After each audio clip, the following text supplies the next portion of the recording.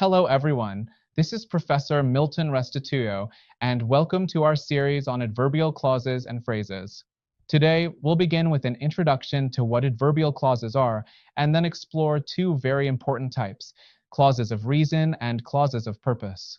What are adverbial clauses? An adverbial clause or phrase is a group of words that tells us more about the verb in the main clause.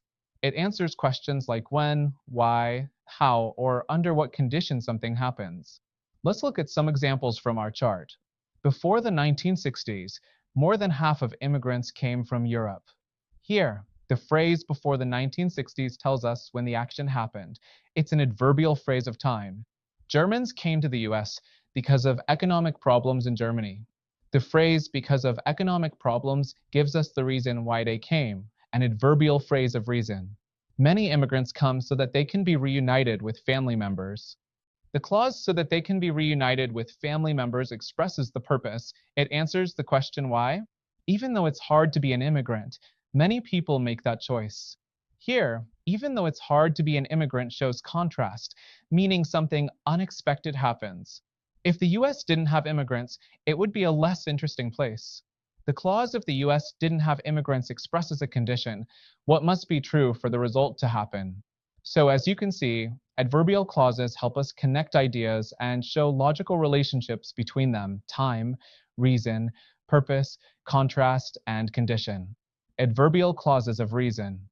Let's now focus on reason, why something happens. We often use words like because, since, and because of to introduce these clauses. My family left Poland because they wanted to improve their lives. The word because introduces the reason. Since my grandparents were not wealthy, my father did not go to college. Here, since means because. It shows cause and effect. My grandfather didn't have time to go to school because of his job. The phrase because of is followed by a noun, his job. Notice that because and since are followed by a clause, a subject and a verb, while because of is followed by a noun or noun phrase. Adverbial clauses of purpose.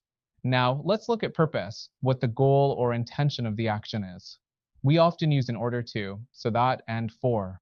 The pilgrims came in order to seek religious freedom. In order to shows the purpose, why they came. My grandmother came so that the family could be reunited. So that introduces the reason or purpose, followed by a modal verb like can, could, will, or may. She came to the US for a better life. The preposition for is followed by a noun phrase, a better life. So remember, in order to plus base verb, to show purpose. So that plus clause with a modal verb. For plus noun phrase. Each one helps us explain why an action happens. Notes and tips. A few important notes. Since can also indicate time, so pay attention to the context.